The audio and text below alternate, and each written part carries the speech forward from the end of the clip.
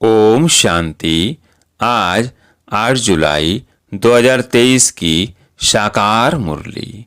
आज बाबा ने कहा, मीठे बच्चे प्रतिज्ञा करो, जब तक सतयुगी स्वराज स्थापन नहीं हुआ है तब तक हम सुख की नींद नहीं सोएंगे।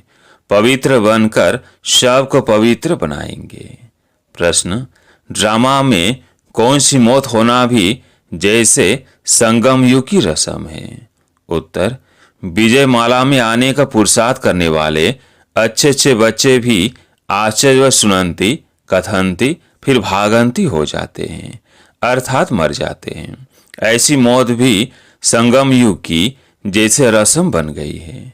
सीमत पर न चलने से माया हरा देती है। बाप का बनकर हाथ छोड़ा तो गोया मर गया, तकदीर पर लकीर लग जाती है। गीत है, दर पर आए हैं कसम लेके। ओम शांति। मीठे मीठे जीते जी मरने वाले बच्चों ने यह गीत सुना। जो जीते जी कुर्बान गए हैं, सब तो कुर्बान नहीं गए हैं। नंबरवार पुरुषार्थ अनुसार जीते जी मरते हैं। जब कोई गोद में लेते हैं या एडाप्ट करते हैं तो एक परिवार को छोड़कर दूसरे परिवार का बनते हैं। बच्चे जानते हैं हम आसुरी परिवार से मरकर अभी ईश्वरी परिवार के बने हैं। ईश्वर ने आकर गोद में लिया है। अज्ञान काल में कोई ईश्वर की गोद नहीं लेते हैं, धर्म के गुरु की गोद ले लेते हैं। जैसे वल्लभाचारी श्री कृष्ण के मंदिर में बच्चे को श्री कृष्ण की गोद में देते थे, परंतु वह तो है जड़ चित्र, इसलिए फिर ब्राह्मण पुजारी गोद में ले लेते हैं वैष्णव बनाने के लिए। ऐसे गोद में तो बहुत लेते हैं। बच्चे जानते हैं बरोबर उनकी गोद लेते हैं जो होकर गए हैं। कोई क्राइस्ट की गोद लेते, कोई ब्राह्मण की गोद लेते, कब होकर गए हैं, वो फिर कब आएंगे, यह सिर्फ तुम बच्चे जानते हो। अभी तुम जीते जी मरे हो। तुमको एक बाप की याद में रहना है। लौकिक बाप के बच्चे गोद में आते हैं, बाप मर जाता है, बाकी बच्चे रह जाते हैं। यहाँ तुम ऐसे बाप की गोद में आए हो जो बाप तुमको इस मृत्यु लोक से अमर लोक में अथवा दुर्गति से सदगति में ले जाने वाला है। मनुष्य मात्र का सदगति दाता एक ही है। ऐसे नहीं कि सदगति सिर्फ तुमको मिलती है। सदगति तो सबको जरूर मिलती है, परंतु ड्रामा अनुसार किसको सतो प्रधान, किसको सतो, किसको रजो तमो सदगति मिलती है। भल तमो में आते हैं तो भी पहले आने से दुख नहीं भोगते। पहले सुख जरूर भोगना है, अंत में तो सभी दुख भोगते हैं। बाप कहते हैं कि सदगति दाता पतित पावन मैं एक ही हूँ। पहले पहले जो आत्माएं आती है वो सुख भोगती है, फिर दुख में आती है। तुम भी नंबरवार पुरुषार्थ अनुसार पहले सतो प्रधान, फिर सतो रजो तमो में आते हो। तुम भी नंबरवार सदगति को पाते हो। मुख्य 8 दाने गिने जाते हैं ना। अब तुम सब द्रौपदियां हो। बाप के बने हो तो बाप को कभी छोड़ना नहीं है, परंतु सीमत पर याद नहीं करते हैं तो फिर माया हाथ छुड़ा देती है। गोद तो ली, शुरू में चलते आए। अच्छे अच्छे बड़े मीठे बच्चे जिनको विजय माला में 3-4 नंबर में रखते थे, वह भी आश्चर्य भागंती हो गए। यह भी इस संगम युग की रस्म रिवाज है। आश्चर्यवत सुनंती कथंती मरंती, ये होता रहेगा। कहेंगे ड्रामा में इनका ये मौत था। बाप का बनकर फिर हाथ छोड़ा तो गोया मर गया है तो भले इस दुनिया में, परंतु जीते जी यहाँ से निकलकर आसुरी दुनिया में चला गया। कोई कारण तो बनता है ना। बल कहेंगे ड्रामा, परंतु श्रीमत पर न चलने से माया से हार खा लेते हैं। तकदीर पर लकीर लग जाती है। ईश्वर का बनने से फिर होती है माया से लड़ाई। बाकी देवताओं और असुरों की लड़ाई नहीं होती है। माया असुर है जो जीत पा लेती है। अच्छा, अब बच्चे लिखते हैं कि राखी बंधन के त्योहार पर क्या करें। हर त्योहार पर तैयारियां तो करते हैं ना। रक्षाबंधन पर्व के उपलक्ष्य में इन एडवांस जाकर राखी बांधते हैं। इसका पूरा रहस्य भी बुद्धि में होना चाहिए। आगे तो ब्राह्मण ब्राह्मणियां राखी बांधते थे, अब यह रिवाज निकला है कि बहन भाई को राखी बांधती है। असल में ब्राह्मण राखी बांधते थे, क्योंकि ब्राह्मण जाति ऊंच स्वच्छ गाई हुई है। ब्राह्मण असुल सन्यासियों से भी ऊंच है, परंतु ड्रामानुसार इस समय सन्यासी ऊंच बन गए हैं। आगे ब्राह्मण राखी बांधते थे, फिर जन्माष्टमी पर वो राखी खोलते थे। जैसे द्रौपदी के लिए कहते हैं कि जटाएं खोलती थी, ऋषि लोगों की जटाएं भी हमेशा खुली रहती है। पतिव्रता स्त्री होती है तो चोटी बांधती है। द्रौपदी ने खोल दिया था कि जब तक हम अपना राज नहीं लेंगे तब तक चोटी नहीं करेंगे। अब तुम बच्चों को सिर्फ अर्थ समझाया जाता है। जब तक हम स्वराज्य नहीं लेंगे तब तक सुख से सोएंगे नहीं। गाते हैं ना, आराम हराम है। अंदर में ये जोश रहता है कि जब तक स्वराज्य नहीं लिया है तब तक सुख कहाँ। सुख तो भविष्य में पाना है, इसके लिए पुरुषार्थ अब करना है। अब तुम जानते हो, रक्षाबंधन अर्थात पवित्र रहने के लिए हम प्रतिज्ञा करते हैं। राखी अर्थात प्रतिज्ञा की बात है। अब यह त्योहार कब से शुरू हुए, क्यों शुरू हुए, कौन निकला जिसने राखी बंधन की राय निकाली। कोई एक राय निकालते हैं, फिर उसका नाम वाला हो जाता है, तो यह पवित्रता की निशानी है। बहन तो हुई कुमारी, कुमारियां बांधती है, तुम गिरहस्थी को भी जाकर बांधती हो। कुमार तो है ही कुमार, बहन भाई को बांधती है। कुमार हो वह शादी किया हुआ हो, शादी किया हुआ फिर पवित्र रहे, यह तो बड़ा मुश्किल है। भगवान कहते हैं कि अंतिम जन्म पवित्र बनो तो भी नहीं बनते हैं, तो बहन द्वारा कुमार भाई को राखी बांधनी चाहिए कि प्रतिज्ञा करो हम कभी विष नहीं पिएंगे। जो है ही विकारी, वो तो कभी विकार को छोड़ेंगे नहीं, भगवान का फरमान भी नहीं मानते हैं। तो यह कुमार कुमारियों की रस्म चली आती है। अब तुम समझते हो कि यह त्योहार भी संगम युग का है। सतयुग में तो है ही सब पवित्र, वह राखी बांधने की दरकार ही नहीं।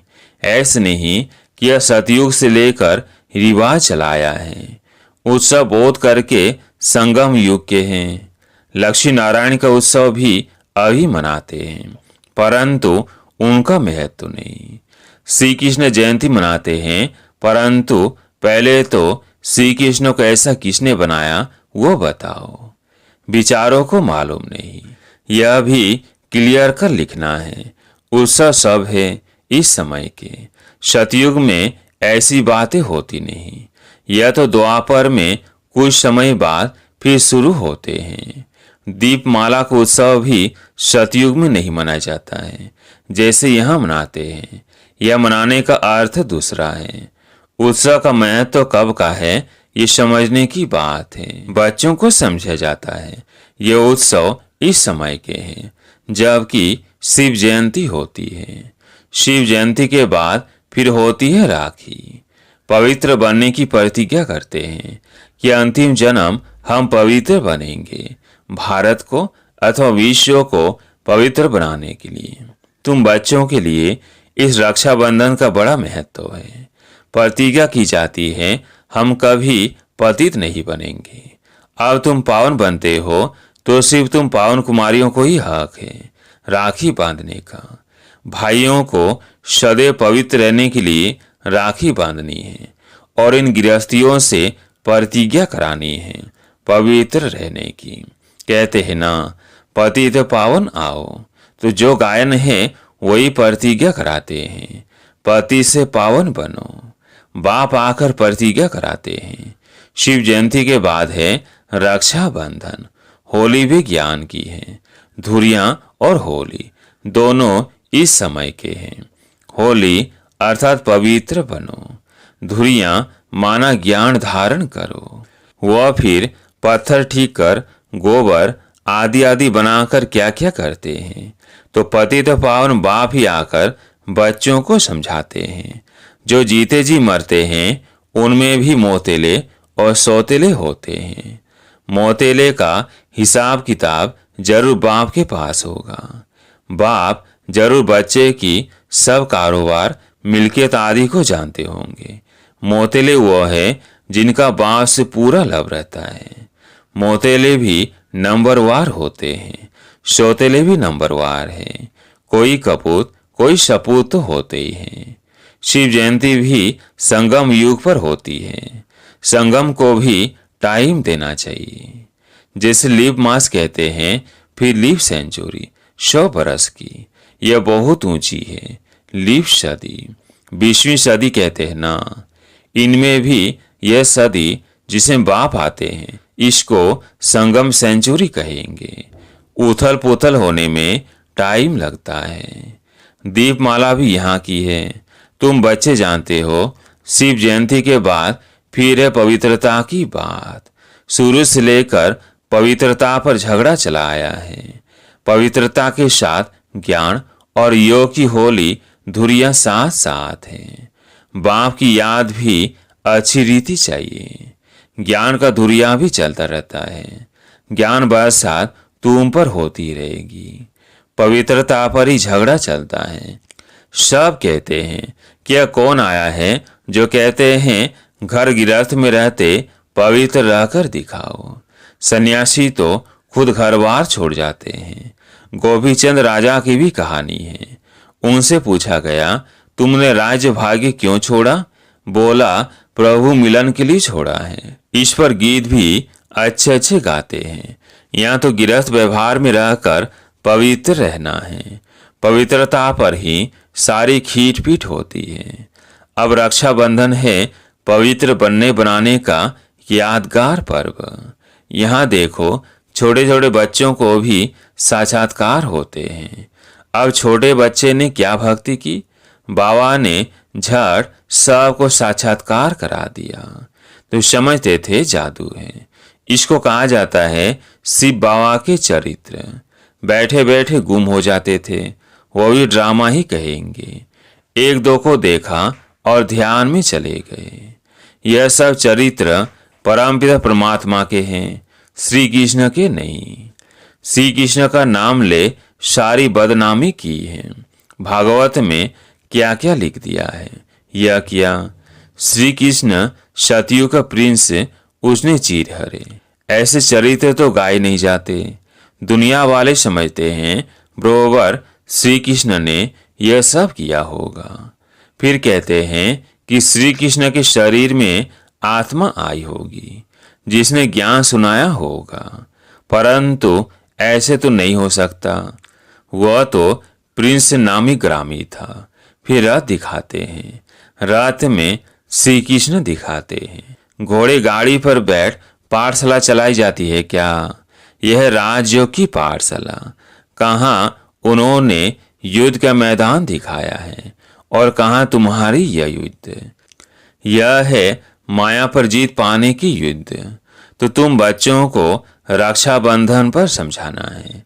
रक्षाबंधन अर्थात पतितों को पावन बनाने के लिए स्वयं परमपिता परमात्मा आए हैं। तुम ब्रह्म कुमारियां हो जो गाई हुई हो, कुमारी वो जो 21 कुल का उद्धार करे। संगम की ही बात है। फिर यह उत्सव सतयुग आदि में नहीं चलता। राखी बंधन के बाद फिर है श्री कृष्ण जयंती, क्योंकि सतयुग में पहला नंबर जन्म है श्री कृष्ण का। उनकी भी राजधानी है। वह इस समय प्रतिज्ञा करते हैं श्री कृष्ण के कुल में जाने के लिए। यह राजयोग है। तुम नर से नारायण बनते हो। लक्ष्मी नारायण की जीवन कहानी है नहीं। बाप ने समझाया है राधे कृष्ण सो लक्ष्मी नारायण की जीवन कहानी श्री कृष्ण का जन्मदिन मनाते हैं। अच्छा, नारायण जयंती कहाँ? कारण होगा ना, न समझने के कारण सारा खेल ही मुझा दिया है। मैं तो सारा यहाँ का है। ऐसे भी मत समझो कि दीपमाला कोई सतयुग से शुरू होती है। सतयुग में तो है ही पवित्र दुनिया। सभी की आत्माएं जगी हुई हैं। उत्सव सब इस समय के हैं। अभी तुम सब की बायोग्राफी को जानते हो। शिव बाबा स्वयं आकर के बच्चों को कहते हैं कि अब पवित्र बनो, तुम आत्मा मैली हो गई हो। सन्यासी तो कहते हैं आत्मा निर्लेप है। इसलिए बहुत लोग कह देते हैं अंडा मछली आदि खाने में कोई हर्जा नहीं है। सब की अपनी अपनी रस्म रिवाज है ना। आगे काली पर मनुष्यों की बलि चढ़ाते थे। शिव को तो काला नहीं कहेंगे, न शंकर को कहेंगे। हाँ, ब्रह्मा और विष्णु के दो रूप गोरे से काले बनते हैं। ये सब बाप बेट समझाते हैं। अच्छा, मीठे मीठे सिकिलते बच्चों प्रति माता पिता बाप दादा का याद प्यार और गुड मॉर्निंग। रूहानी बाप की रूहानी बच्चों को नमस्ते। हम रूहानी बच्चों की रूहानी बाप दादा को याद प्यार गुड मॉर्निंग नमस्ते नमस्ते। धारणा के लिए मुख्य सार। पहला पॉइंट, बाप से पूरा पूरा लाभ रख मातेला बनना है। अपना पूरा समाचार बाप को देना है। कभी भी कपूत नहीं बनना है। दूसरा पॉइंट, रक्षाबंधन का यथार्थ रहस्य बुद्धि में रख। पवित्र जरूर बनना है। माया से कभी हार नहीं खानी है। पवित्रता के बल से स्वराज लेने की प्रतिज्ञा करनी है। आज प्यारे मीठे बाबा का वरदान, सदा मिलन के झूले में झूलने वाले तत्व के वरदानी बाप समान भव। सदा मिलन के झूले में झूलने वाले तत्व के वरदानी बाप समान भव। जैसे बाप दादा आप मालिकों की आज्ञा को मानकर मिलन मनाने के लिए आते हैं। जी हाजिर का पाठ पढ़कर हाजिर हो जाते हैं। ऐसे ही तत्व अमृत वेले से लेकर दिन की समाप्ति तक धर्म और कर्म में बाप समान बनो, तो सदा मिलन के झूले में झूलते रहेंगे। इस मिलन के झूले में रहने से प्रकृति और माया दोनों ही आपके झूले को झुलाने वाले दासी बन जाएंगे। सर्व खजाने आपके इस श्रेष्ठ झूले का श्रृंगार बन जाएंगे। स्लोगन, सदा ब्रह्मा बाप की भुजाओं में समाये रहो तो सेफ्टी का अनुभव करेंगे। सदा ब्रह्मा बाप की भुजाओं में समाये रहो तो सेफ्टी का अनुभव करेंगे। अच्छा, ओम शांति।